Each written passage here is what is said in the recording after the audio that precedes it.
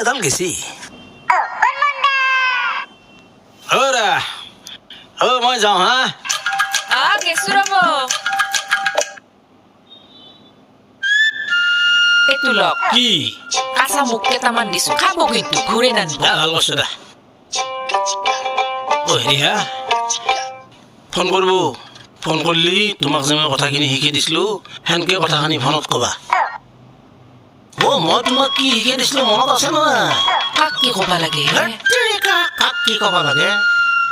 মই যে তোমাক শিকাই দিছিলোঁ ডাইৰেক্টৰ ছাৰে ফোন কৰিলি তুমি ছেম টু ছেম সেইখিনি কথাই ক'বা সেইটো কথা মোৰ মনত আছেতো কি চিন্তা কৰিছে আপুনি যাওক হ'ব দে আৰু শুনাচোন ডাইৰেক্টৰ ছাৰে ফোন কৰিলি তুমি কথাখিনি আবেগত ক'বা আবেগ মানে বুজি পাইছা না কান্দি কান্দি মানে কান্দি কান্দি মানে তোমাৰ ফেকুৰি ফেকুৰি ফেকুৰি ফেকুৰি যে কান্দে ফেকুৰি মানে ফেকুৰি নি থাকিব ইমানো নহয় মাজা মাজিত কথাখিনি ক'বা কে হ'ব দিয়ক আপুনি চিন্তা কৰিব নালাগে এতিয়া অফিচত যাওক হ'ব দে মোৰ দেৰি হ'ল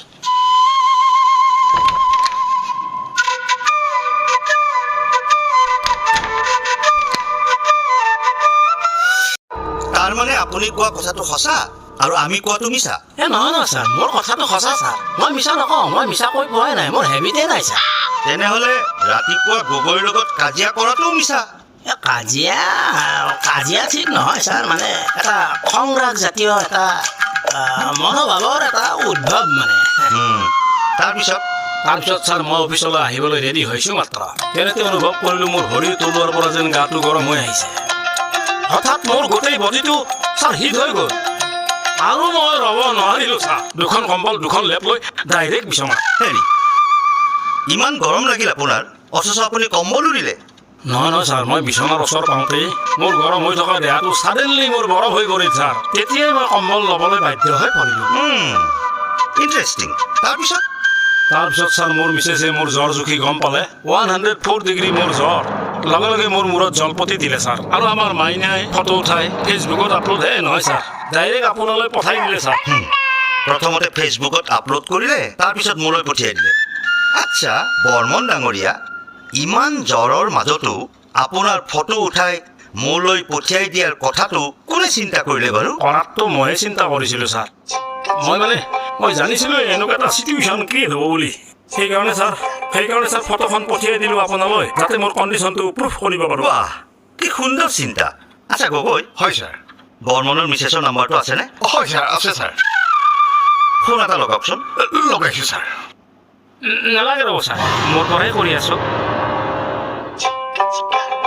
হেণ্ডছ ফ্ৰী কৰিব হ'ব ছাৰ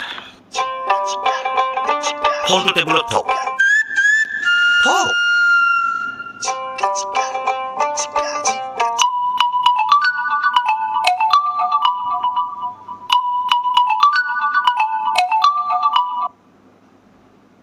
হেল্ল' কি ডাইৰেক্টৰে দেখোন ফোন চোন আকৌ নকৰিলে কৰিব ৰ'বা জাষ্ট কৰি আছে আপুনি চিন্তা নকৰিব ফোন কৰিলেই হ'ল মই একদম ৰিহাৰ্চেল কৰি ৰেডি হৈ আছো ৰিহাৰ্চেল হেৰি কি ৰিহাৰ্চেল আমিও শুনিছোন হয় ছাৰ হেল্ল' কি আকৌ মাতব নহ'ল দেখোন না ডাইৰেক্টৰে কিবা গালি চালি দিছে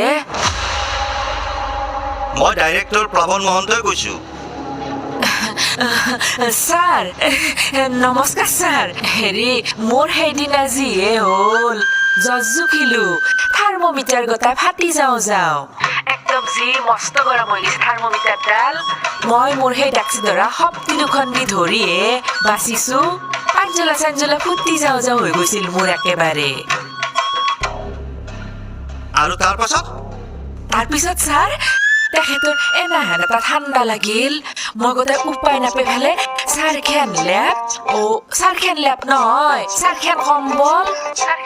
আছিল নে নহয় দুখন কম্বল আৰু দুখন লেপ জাপি দি ফেলে গোটাই নিজে হেঁচা মাৰি ধৰিছো তাৰপিছত আপুনি বৰ্মনৰ কপালত জলপতি লগালে আৰু আপোনাৰ ছোৱালীজনীয়ে ফটো মাৰি মোলৈ পঠিয়াই দিলে নহয় জানো হয় ছাৰ আপুনি দেখোন চব জানে জানো okay thank you missus Barman হয় ছাৰ হয় হ'ব দে হেৰি শুনকচোন মই আপুনি সেইখিনি মতে ক'ব পাৰিছোঁ না কেনাইছে কওকচোন এই থ বুলি কৈছোঁ থ গগৈ ছাৰ এটা কাম কৰক নতুন অৰ্ডাৰ এটা ড্ৰাফ্ট কৰক লিখক যে ডিউ টু আনছেটিছফেক্টৰী বিহেভিয়াৰ বৰ্মনক এসপ্তাহৰ কাৰণে ছাছপেনশ্যন কৰা হৈছে ছাৰ মোক ক্ষমা কৰি দিয়ক ছাৰ আই এম এক্সট্ৰিমলি চৰি ছাৰ ইন ফিউচাৰ এনেকুৱা কাম মই নকৰোঁ ছাৰ গগৈ ছাৰ। সোনকালে লৈ আহক মই চহী কৰি দিম যাওক ছাৰ ছাৰ যাওক ঘৰত ভালদৰে ৰেষ্ট লওক ভালদৰে ট্ৰিটমেণ্ট কৰি আপোনালোকৰ দৰে মেণ্টেলিটিৰ মানুহখিনিৰ মগজুত থকা এই কাম ফাঁকি দিয়াৰ মানসিকতাখিনি সলনি কৰক যাওক অ'কে ছাৰ